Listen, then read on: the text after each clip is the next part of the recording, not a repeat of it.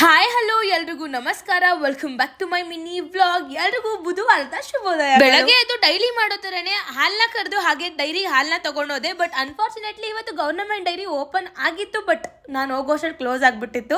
So ಅದಕ್ಕೆ private ಡೈರಿಗೆ ಹಾಕಿ ಅವ್ರು ಕೊಟ್ಟಿದ್ದ ಅಮೌಂಟ್ನ ಇಸ್ಕೊಂಡು ಮನೆಗೆ ಬಂದಿದ್ರು. ಪುಟ್ಟು ಗೌರಿಗೆ ಹಾಲಿಡಕ್ಕೆ ಹೇಳಿದ್ರು ಅಮ್ಮ. ಅದಕ್ಕೆ ಇವಾಗ 2 months ಆದ್ರೂ ನಾವು ಇನ್ನು ಬಕೆಟಲ್ಲಿ ಹಾಲ್ನ ಇಡ್ತೀವಿ. ಅವ್ರ ಅಮ್ಮನ ಹತ್ರ ಬಿಟ್ರೆ ಅದು ಫುಲ್ಲು ಅದೇ ಅಭ್ಯಾಸ ಮಾಡ್ಕೊಳ್ಳುತ್ತೆ ಅಂತ ಬಿಡೋದಿಲ್ಲ.